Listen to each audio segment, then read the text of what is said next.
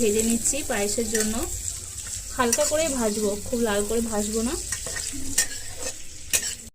এই দেখো এবার চালগুলো ভেজে নিচ্ছি ঘি দিয়ে আর তেজপাতা, একটু হালকা করে লাল লাল করে ভেজে নেব। ভাজা হয়ে গেলে নামিয়ে দেব। দেখো চালগুলো ভাজা হয়ে গেছে, তুলে নিয়েছি। দুধগুলো ঢেলে নিয়েছি, এবার গরম হতে দিচ্ছি। দুধগুলো এখন ফুটুক, এর উপরে তারপর চাল দিয়ে দেবো। দেখো দুধের মধ্যে এবার এলাচ দিয়ে দিয়েছি।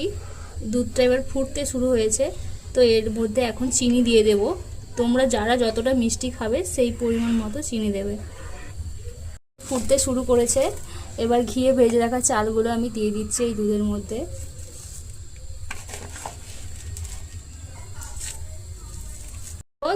চালগুলো ফুটে গেছে। এবার তোমরা যারা যেমন খেতে চাও সেইভাবে রাখতে পারো। যেমন অনেকে দুধ খেতে চায় তো পাতলা পাতলা করে পায়েসটা রাখে, তো আমি সবসময় ওই মাখো মাখো পুরো মরে যাবে একসাথে মাখা মাখা যেটা থাকে পায়েসটা, সেটাই আমার খেতে ভালো লাগে, তাই আমি ওইভাবে বানাবো। দেখো আর 15 মিনিট পরে পায়েসটা নামিয়ে নেব। এর উপরে দিয়ে দিচ্ছি ড্রাই ফ্রুটগুলো ভেজে রেখেছিলাম যেগুলো ঘিতে, সেইগুলো এর উপরে ছড়িয়ে দিচ্ছি। অনেকটাই ড্রাই ফ্রুট হয়েছে, তোমরা যদি কম খেতে ভালোবাসো তো কম করে দেবে। আমি বেশি করে দিলাম, ভালো লাগে খেতে তাই।